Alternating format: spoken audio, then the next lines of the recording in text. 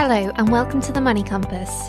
In each episode, we will be preparing you for your journey through the world of finance and helping you tick off the destinations on your financial itinerary.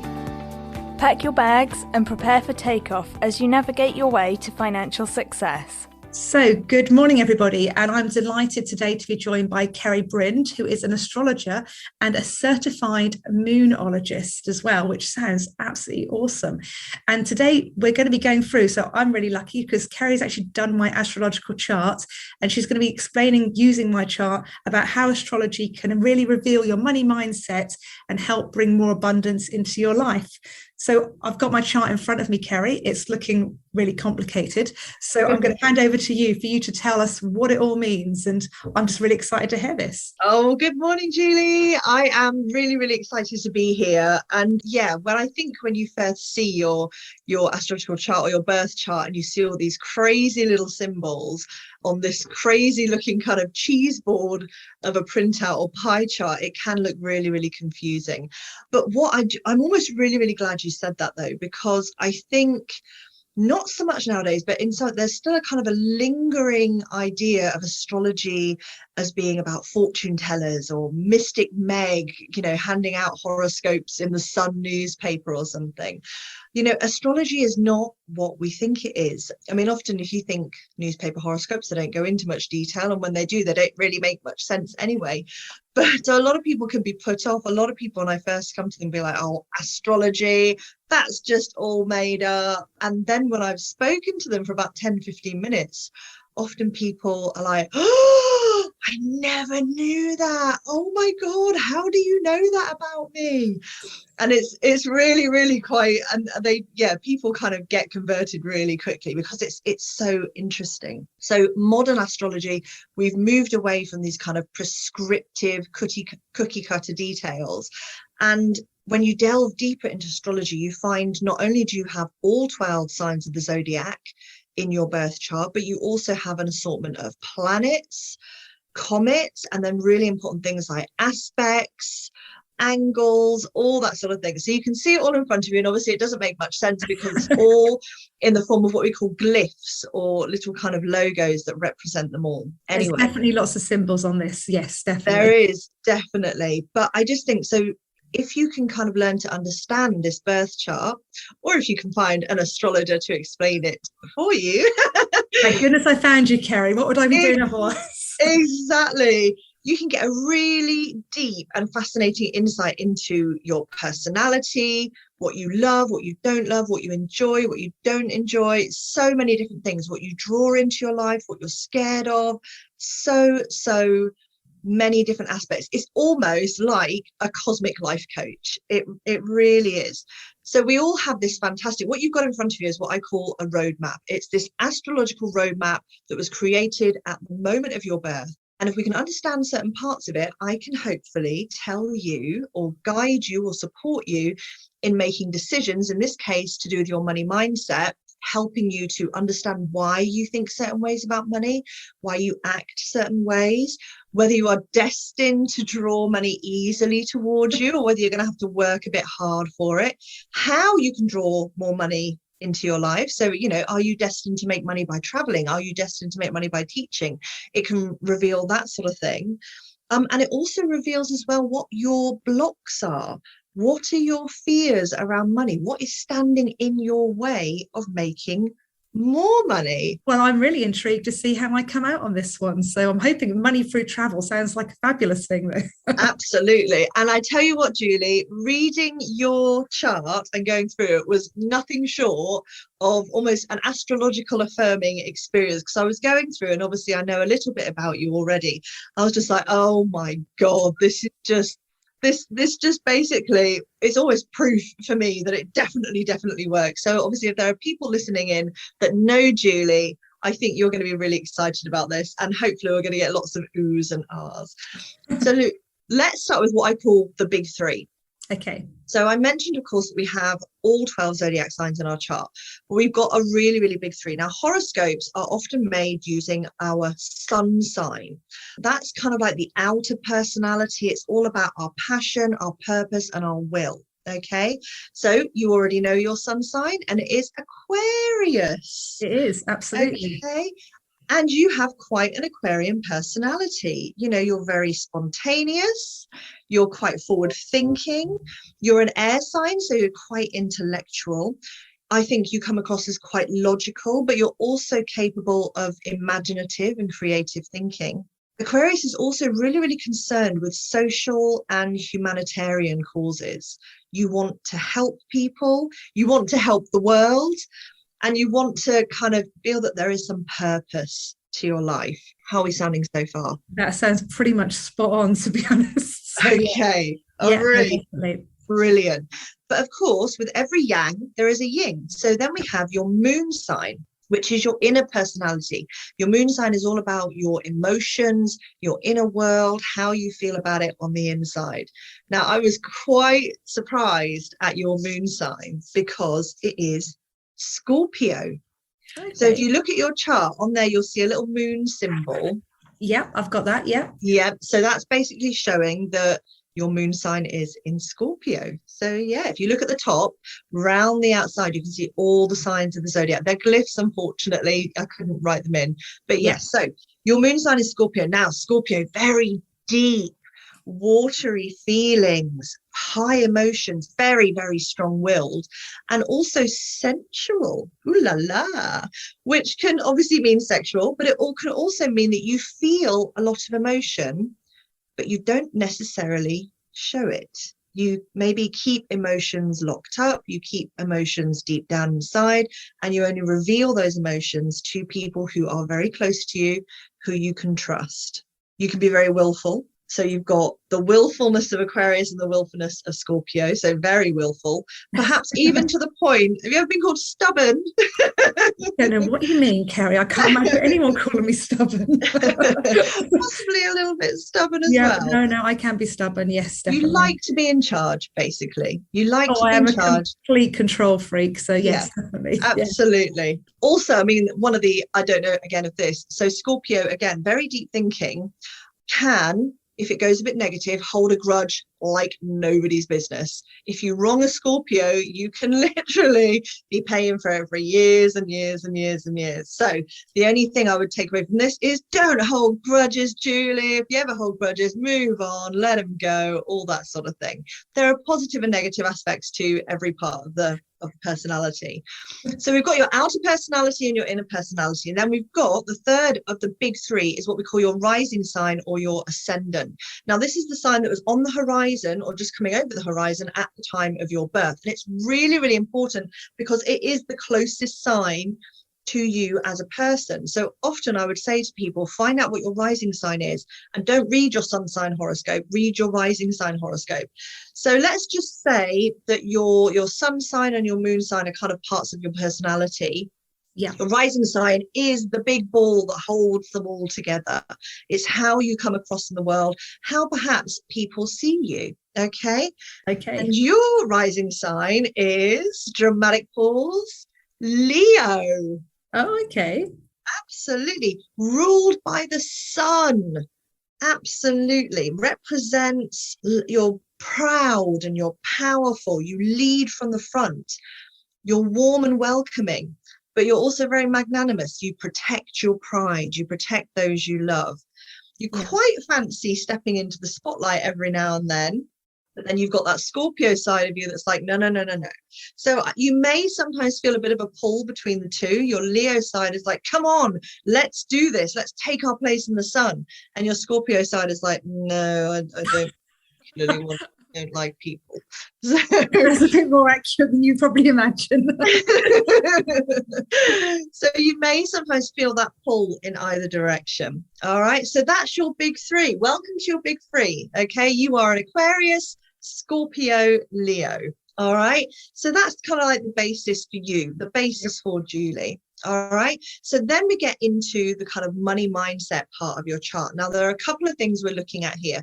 If you look at your birth chart, you'll see it's divided into 12 slices. Yeah. These are the 12 houses of astrology, the 12 astrological houses, and each of them rules a different part of our lives. So for example, house 1 is all about the self. It's about our personality, the way we look, the way we act. It's all about the self.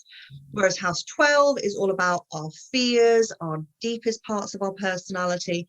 They all represent different parts. Now for the money mindset, we're looking at 2 houses in particular. House 2, which rules cash, property, possessions, material wealth, and what you value in life.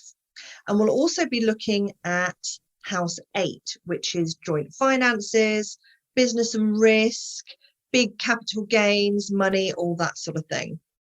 Okay, so that's the first 2 things we're looking at. We're also going to be looking at planets, particularly the planet Venus, because Venus rules love and money, sex and money, basically. Not only who we love, but also what we love. And then we're going to be looking at the north and south nodes. Now, they look like 2 little cups. You'll see that your north node is in the 3rd house. And then your south node, if you look up, should be just opposite, I believe, in the 9th house. So can you see 2 little cups with little round kind of rimmed lips? Okay. Oh, yeah, I've got them. Yep, there they are. Okay, so these represent what I call your so the south node represents your comfort and your karma. The north node represents your growth and true happiness. And the idea is we move from our south node towards our north node. Okay, so are you ready to dig in? How are you feeling so far? Yeah, I'm fine. I'm ready. I'm prepared. Okay, here we go. Brilliant. Okay, so if you look at your 2nd house, now you read an astrological chart counterclockwise. So we go the opposite way. So if you look at your 2nd house, there's nothing there. Yeah, there's absolutely nothing there. I just don't care about material wealth at all then. That's not the case at all. What it means is you are super focused when it comes to material wealth. There's no distractions there. There's no anything. There is just that sign, and that sign is Libra. Okay, so Libra rules your 2nd house, which means you take a really balanced approach to everything, especially the bank balance. The bank balance needs to be balanced. You're confident, resourceful, and clever. And Librans, especially in the 2nd house, they can fulfill their financial plans best when they're doing something they're really, really personally passionate and satisfied about, particularly at work. Also love to help others, and this ties in really, really nicely with your Aquarius sun. You love to get the balance right, and you love to get the balance right between helping yourself and helping others. That's quite important to you. You know, I need to have everything. I need to feel secure, but I also want to make sure that everybody else has got what they want to be secure. Librans are very compassionate. They're very caring. So you take a compassionate, caring view to your money and to everything that surrounds your money. Okay. So when it comes to investing, though, one of the downsides of having Libra is sometimes you might get the feeling that you never quite got the balance just right. You're pretty sure you have. You're pretty sure in the confidence ability that every now and then you're just like, this could be a bit more balanced. This could be a bit more balanced. This could be a bit more balanced. So you may find yourself kind of going a little bit overboard sometimes with that thinking. Okay. So with it as well, you can kind of alternate between balance and frugalness and kind of modesty, and then all of a sudden having a massive, great, big old splurge, a complete exaggerated spending, usually on something you absolutely love. So you might live for a month on baked beans so that you can afford to take an all expenses paid cruise to the Caribbean and live in absolute luxury for 2 weeks. This is so what I did when I was younger, because I've always loved travel and holidays, and I had no money. So I would live on beans so I could go on holiday. Yeah, completely. Brilliant. Yeah. So there we go. So you take that kind of approach. All right. Fantastic. So we're also going to be looking at house 8. Okay. Now, again, let me just have a very quick look at your chart. I just pulled it up, but it's just gone. Here we go. House 8. Also empty. Ah, okay.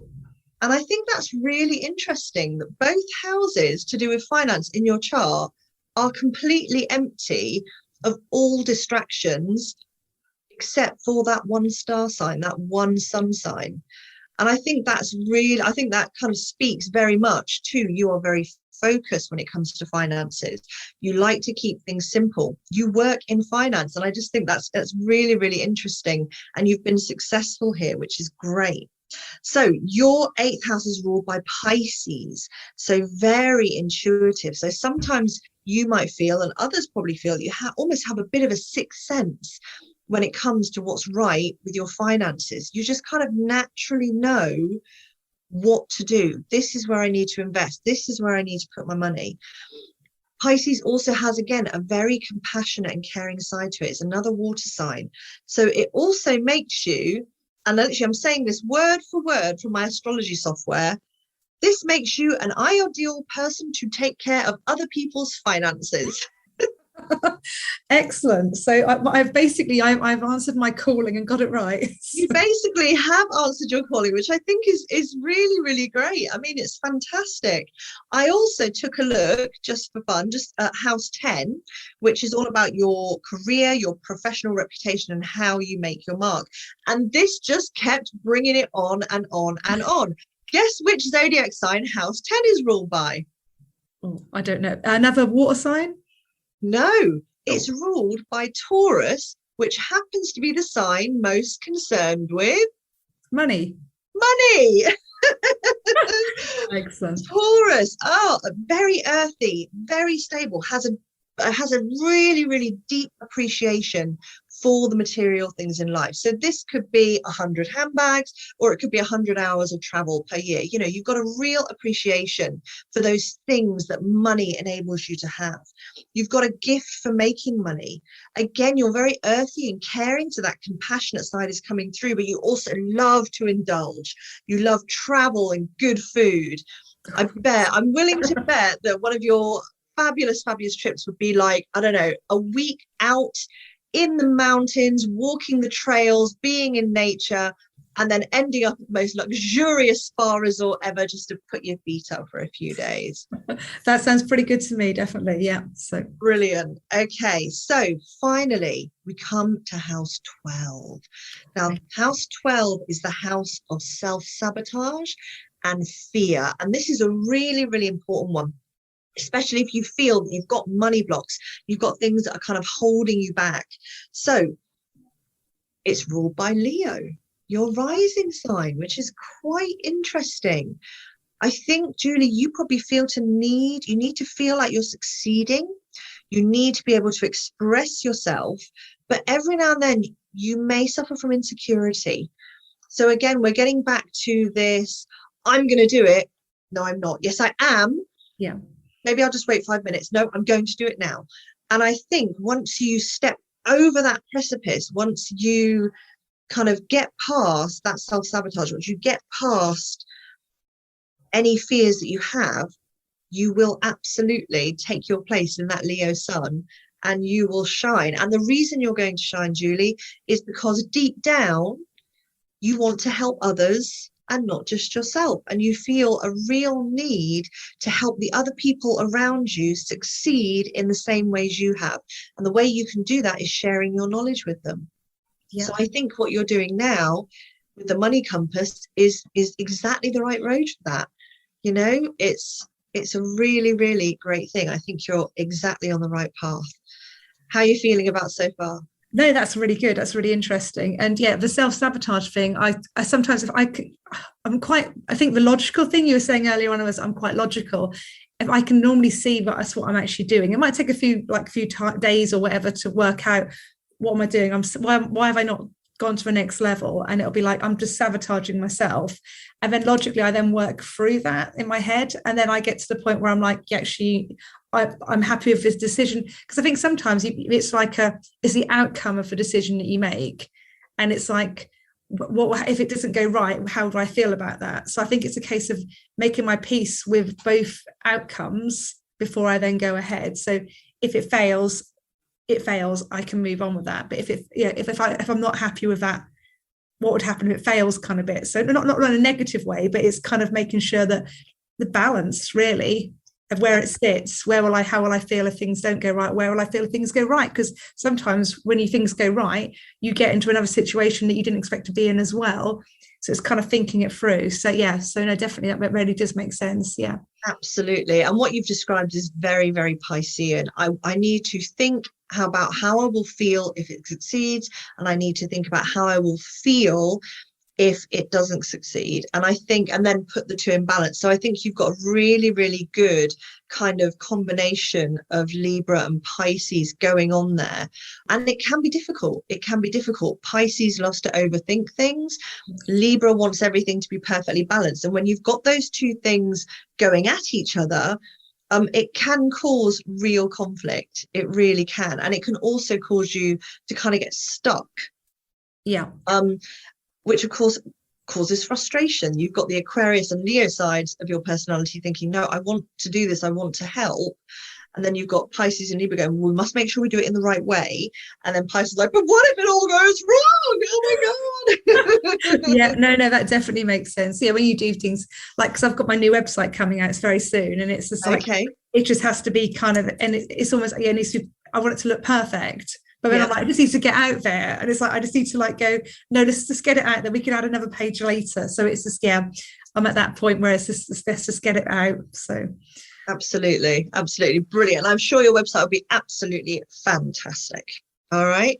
So another thing to point out just about your 12th house is we do actually have a planet here. So Saturn is there. Right. And that actually, it's quite funny from everything you've just said. Saturn is very much about tradition. It's about playing it safe. It's about keeping control. It's quite serious and contemplative. So I think, again, that harks back to that whole, I really need to think things through. If I'm going to take a risk, is it going to be worth it? If I'm going to change the status quo, I need to know that I'm doing the right thing. So yeah, really, really interesting there. Fantastic. Okay, so let's have a look at your planet. So we're looking at the planet Venus. Yes. Okay, so you, and this is going to make a bit more sense when we get through it.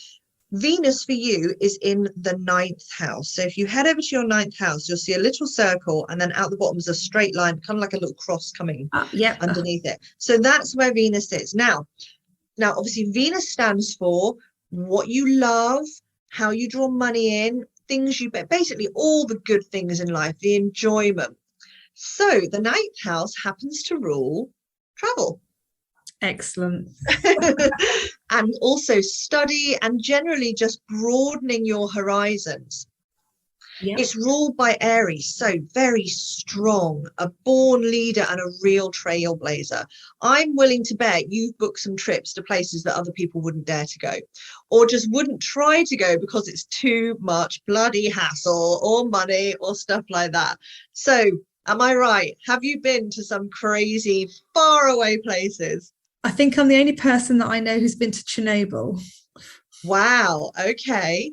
So, which was absolutely phenomenally amazing. And I have a mission to get to Tristan da Cunha, which is nigh on impossible to get to unless you own your own yacht, but which I don't. But yeah, I don't have any desire to own a yacht because I'm not that keen on water in the sea. I have an obsession with islands. But yeah, so I want to get to Tristan da Cunha, and I also want to go to the sub-Antarctica islands off New Zealand as well. So they're all quite difficult to get to, kind of obscure place. And I don't know many people have been to Mongolia either, but I do know one. I have got one friend who's been to Mongolia. But yeah, so I do like the weird and wonderful. Yeah. Brilliant. Okay, that is the Aries side coming out. I love to travel to weird and wonderful places. I am going to go places that nobody else has ever been. I'm going to explore it, and I think that's just really, really great.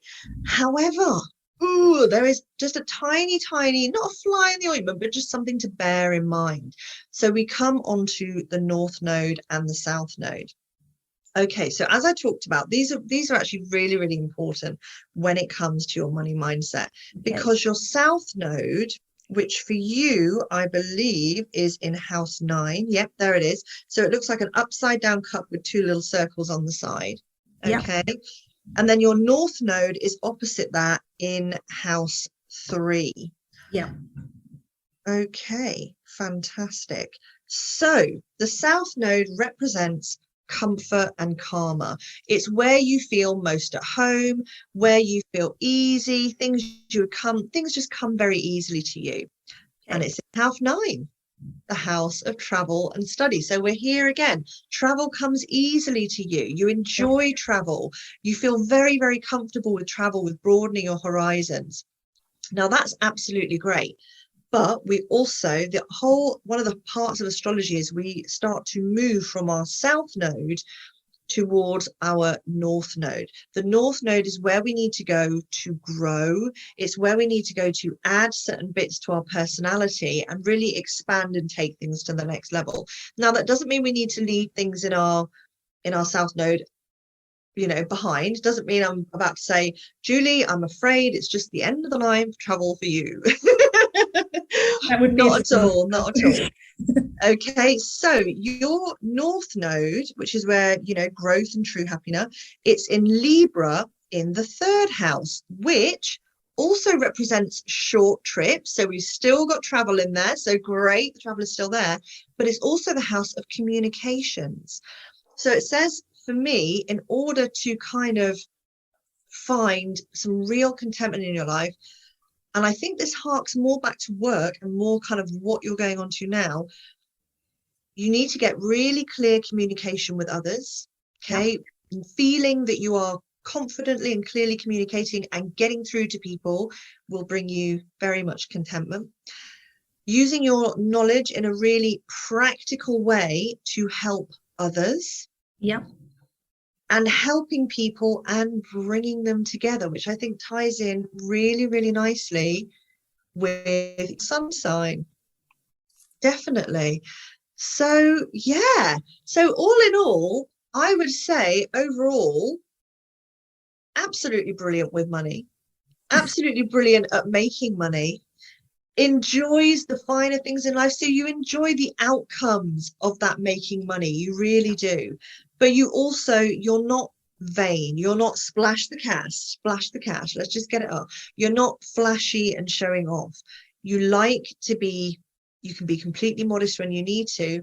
And what I think is really, really lovely is you have this kind of inbuilt need, this really personal need to help others gain the success you have by sharing your knowledge with them and helping them get to the place where you are. Yeah. So yeah, in an astrological nutshell, Julie, that's who I think you are. How have I done? That was absolutely fantastic. No, that's really, really interesting. It's and almost it clarifies where my life is at without me really realizing that I've led the life that I was born to lead, basically, and that's what I've done it without knowing that's what I'm doing. So you have. I think it's really, really interesting that obviously all these different parts in your chart have come together really, really nicely. And what's really, really nice is exactly what you said. You are already naturally, just intuitively following that path that the kind of like the stars have said would be a really, really great fit for you. So yeah, so in terms of saying, well, I think you should be doing this, I haven't incredibly got a huge amount to say. I mean, like I say, I think the biggest thing when we're talking about money mindsets, one of the biggest thing is to take into account these self-sabotage, these fears and all that sort of thing. But it sounds like you're already very aware of those and you're already kind of working through them. So yeah, and what I find as well is when I speak to other people about their money mindset, it's often when we talk about the fears that we get the right, this is what I need to do, this is what's holding me back. So yeah, so really, really interesting. But I see big things on the horizon for you, Julie, I really do. Excellent. That's what I like to hear. That's very, very good. Oh, no, that was absolutely fantastic, Kerry. Thank you so much for joining us today to talk about this. If anyone else is interested in having a chat with you to work out their money mindset through the astrological chart, where can they find you? So you can find me at Happy Healthy Healed on Instagram and Facebook, or at my website kerrybrind.com. I also have a second business which is called Your Lunar Life. So this is all about the moon. So if you're interested in working with the moon anyway, Your Lunar Life is kind of an online membership and magazine where you can get involved with that. But yeah, if you would like to have a chat with me, find me at kerrybrind.com, get in touch and let's work out your money mindset. No, that is fantastic. And Kerry's also in the Money Compass as well. So, and we'll be tagging her in when the podcast comes out, and she'll be sharing some top tips with us at the same time. So you can find her there as well if you can't find it, and also on the website page. So thank you so much for joining us today, Kerry. It's been fantastic and really insightful. I'm not sure I'm going to get my head back through the door with the fact that I am so wonderful. But that's absolutely fantastic. So thank you so much for joining us. Brilliant. Julie, thank you so much for having me. I've really enjoyed it. Oh, thank you. Bye.